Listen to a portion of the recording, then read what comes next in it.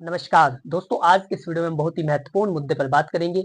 जो कोई भी व्यक्ति लीगल फील्ड से जुड़ा हुआ है, जो कोई भी व्यक्ति या तो वकील है या फिर वकील के साथ रह करके कार्य करता है या वकील को काम दिलवाता है, तीनों के लिए ही इस वीडियो को देखना बहुत ही महत्वपूर्ण है। हाल ही में वकीलों को बड़ा नुकसान हुआ है और ये फैसला उन लोगों को भी प्रभावित करेगा जो वकीलों के साथ मिलकर के काम करते हैं या जो एडवोकेट है उनको काम दिलाते हैं। तो तीनों व्यक्तियों को इस वीडियो को देखना बहुत ज्यादा जरूरी है ताकि आप लोग किसी भी तरीके के चक्कर में ना फंसे और आप अपना ही केस लड़ते हुए ना रह जाए। तो यदि आप ये जानकारी देखना चाहेंगे तो ये वीडियो आपके लिए है, एंड तक वीडियो में बने रहे। यदि आप चैनल पर पहली बार आए हैं तो आज ही हमारे यूट्यूब चैनल कानूनी बातें को सब्सक्राइब कर ले ताकि इसी प्रकार की लीगल नॉलेज आप तक पहुंच सके। नमस्कार, मैं अश्मित कुमार। दोस्तों, आज की इस वीडियो में हम जो बात करने जा रहे हैं वो एडवोकेट एक्ट 1961 के लिए है। जो अधिवक्ता अधिनियम 1961 है उसको बदलकर उसमें संशोधन करके, और जैसा आप लोगों को पता है कि जब भी किसी अधिनियम में कोई कमी देखी जाती है या वर्तमान समय के हिसाब से ये लगता है कि उस अधिनियम में कोई चेंज होना चाहिए, तो जब संशोधन किया जाता है तो जो एडवोकेट एक्ट 1961 है उसमें अमेंडमेंट करके एडवोकेट अमेंडमेंट एक्ट 2023 बनाया गया और जो 30 सितंबर 2024 से लागू हुआ। और उसके बदले एडवोकेट अमेंडमेंट एक्ट 2023 30 सितंबर 2024 से पूरे देश में लागू कर दिया गया। सबसे पहले हम ये जानेंगे कि इसका क्या उद्देश्य होता है। जो एडवोकेट एक्ट होता है इसका क्या उद्देश्य है, इसके बाद हम उसके बारे में जानेंगे कि इस तरीके से जो वर्तमान में जो चेंजेस हुए हैं उनसे जो लोग लीगल फील्ड से जुड़े हुए हैं उनकी जिंदगी पर किस तरीके से असर पड़ेगा। सबसे पहले यदि हम इसके उद्देश्य की बात करें तो इसके तहत बार काउंसिल का गठन किया जाता है। जो एडवोकेट एक्ट होता है वो बार काउंसिल का गठन करता है जिसके माध्यम से जो वकील होते हैं उनका रजिस्ट्रेशन किया जाता है।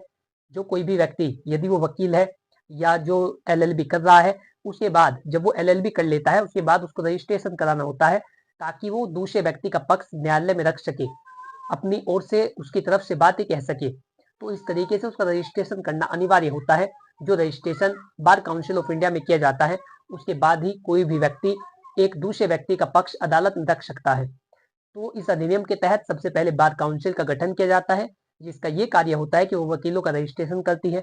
दूसरा उसका कार्य होता है जो शिक्षा संबंधी जो नीतियां होती है वकीलों के लिए उसका प्रबंध किया जाता है। तीसरा होता है उनमें जो अनुशासन होना चाहिए, वकील किस समय कचहरी में आते हैं, किस तरीके से वो कोर्ट में पेश होते हैं, क्या उनके कर्तव्य होते हैं, समाज में उनका क्या स्थान होता है। तो इन सभी का जो प्रावधान है वो बार काउंसिल के तहत किया जाता है। और जो बार काउंसिल का जो गठन है वो इस एक्ट के तहत किया जाता है जिसे हम एडवोकेट एक्ट 1961 कहते हैं। और इसके स्थान पर अब जो अमेंडमेंट करके 1961 के स्थान पर 2023 एडवोकेट अमेंडमेंट एक्ट लागू किया गया, उसके प्रावधानों को हम जानेंगे। और इस अधिनियम का दूसरा उद्देश्य ये होता है अधिवक्ताओं के अधिकारों का संरक्षण करना। जो अधिवक्ता होता है, जो एक वकील होता है, उसकी कानून में एक पहचान होती है। दूसरा व्यक्ति दूर से देख करके बता देता है कि व्यक्ति वकील है क्योंकि उसका एक देश कोड होता है जिसे धारण करके वो एक अपना कानूनी रूप लेता है। अधिवक्ताओं के जो अधिकार है उनका संरक्षण भी इस अधिनियम के तहत किया जाता है। उनको एक कानूनी पहचान दी जाती है, समाज में उनका एक अलग स्थान होता है।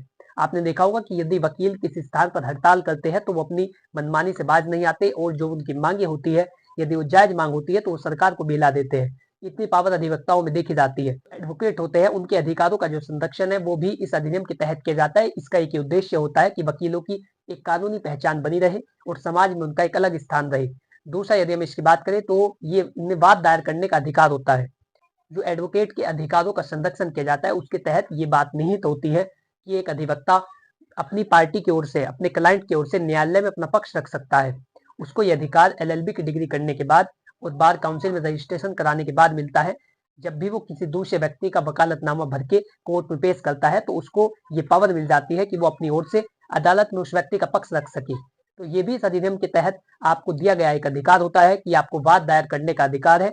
आप किसी भी दूसरे व्यक्ति की ओर से अदालत में उसका पक्ष रख सकते हैं, उसकी तरफ से बहस कर सकते हैं, दलीलें दे सकते हैं, उसके दस्तावेज वो प्रस्तुत कर सकते हैं और उसे केस जितवा सकते हैं, उस व्यक्ति को न्याय दिला सकते हैं।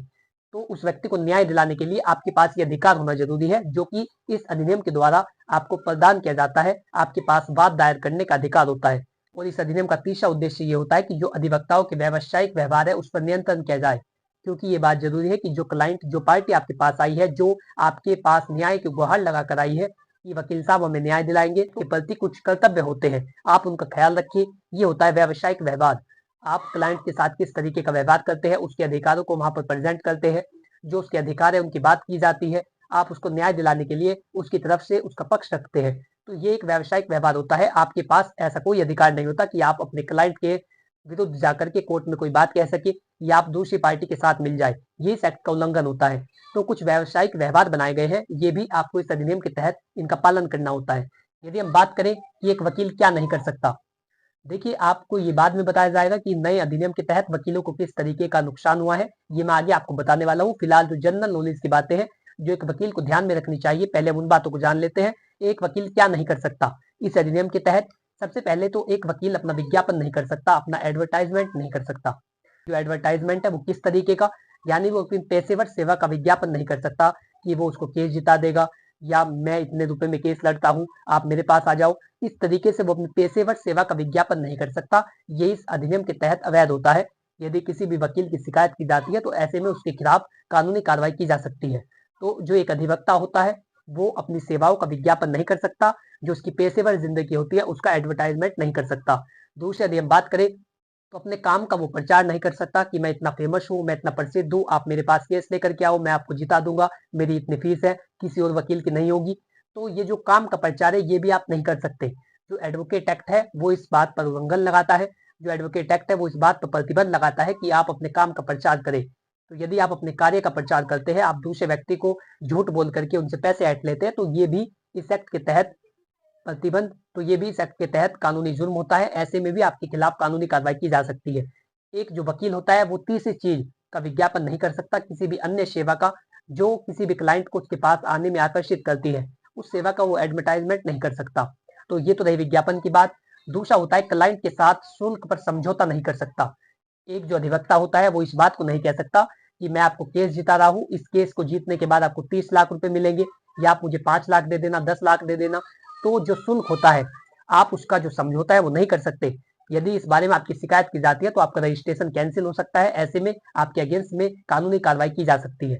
तो जो कोई भी अधिवक्ता होता है वो इस बात पर शुल्क नहीं ले सकता कि उसके जो क्लाइंट को केस जीतने के बाद जो शुल्क मिलेगा उसमें से उसको हिस्सा मिलेगा। इस तरीके से कोई भी यदि एडवोकेट करता है तो उसकी शिकायत की जा सकती है। तो आपको इस बात का ध्यान रखना है, यदि आप किसी व्यक्ति का केस लड़ रहे हैं, इस बात पर डिपेंड होकर के ना लड़े कि जब ये जीत जाएगा तो इसको इतने रुपए मिलेंगे, उसमें से इतना हिस्सा मुझे देगा, मैं इससे ये बात तय कर रहा हूं। तो ऐसा करना भी कानूनन जुर्म होता है। यदि आप ऐसा करते हैं तो ऐसे में भी आपके खिलाफ कानूनी कार्रवाई की जा सकती है।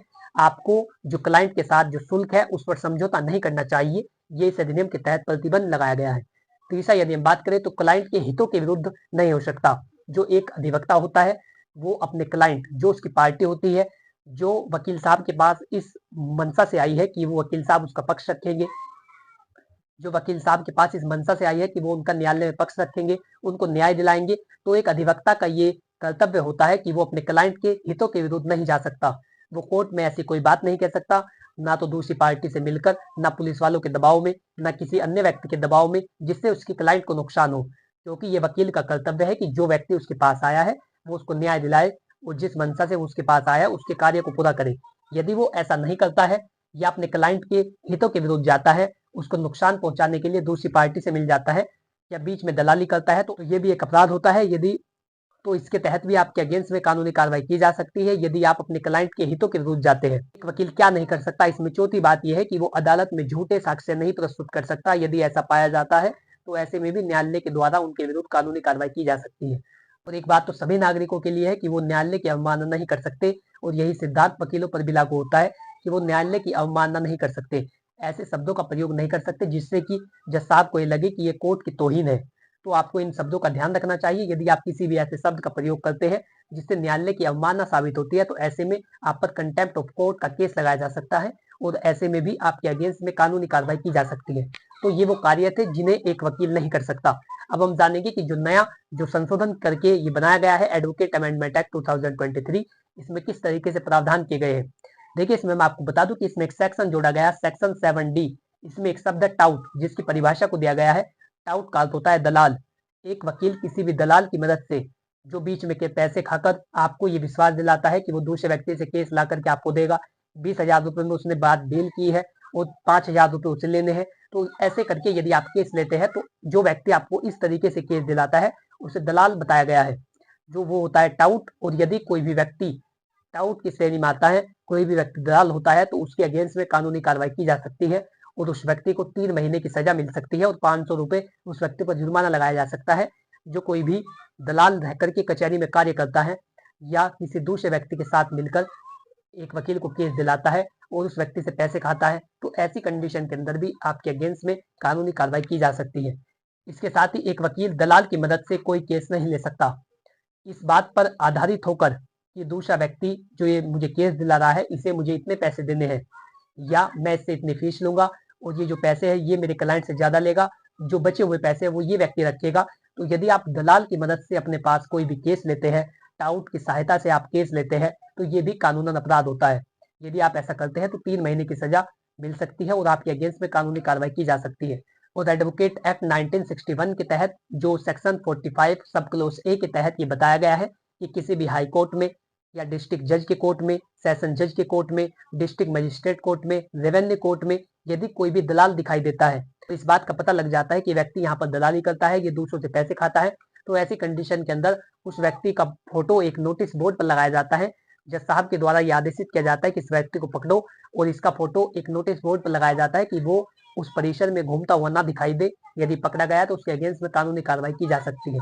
तो जो कोई भी व्यक्ति कचहरी में रहकर या किसी भी कोर्ट से संबंधित होकर इस काम को करता है, वो क्लाइंट से पैसे खा करके वकील को देता है या उसका काम कराने के लिए उससे पैसे मांगता है, पैसों की डिमांड करता है, तो ये सब भी सेक्शन 45A के तहत क्राइम है।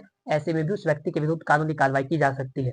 तो वकीलों को ये नुकसान हुआ है कि अब वो दलालों की मदद से कोई भी केस नहीं ले सकते और यदि ऐसा वो लेते हैं और कोई व्यक्ति उनकी शिकायत कर देता है तो ऐसे में उनके विरुद्ध कानूनी कार्रवाई की जा सकती है। आशा करता हूँ कि जानकारी आपको अच्छी लगी होगी और आप लोग समझ पाए होंगे कि किस तरीके से एक वकील के अधिकार होते हैं, क्या आपको नहीं करना चाहिए और नए कानून में किस बात पर प्रतिबंध लगाया गया है। यदि आपको जानकारी अच्छी लगे तो वीडियो को लाइक कर ले और चैनल को सब्सक्राइब अवश्य करें ताकि इसी प्रकार की लीगल नॉलेज आप तक पहुंच सके। Thanks for watching this video. अपना कीमती समय देने के लिए धन्यवाद।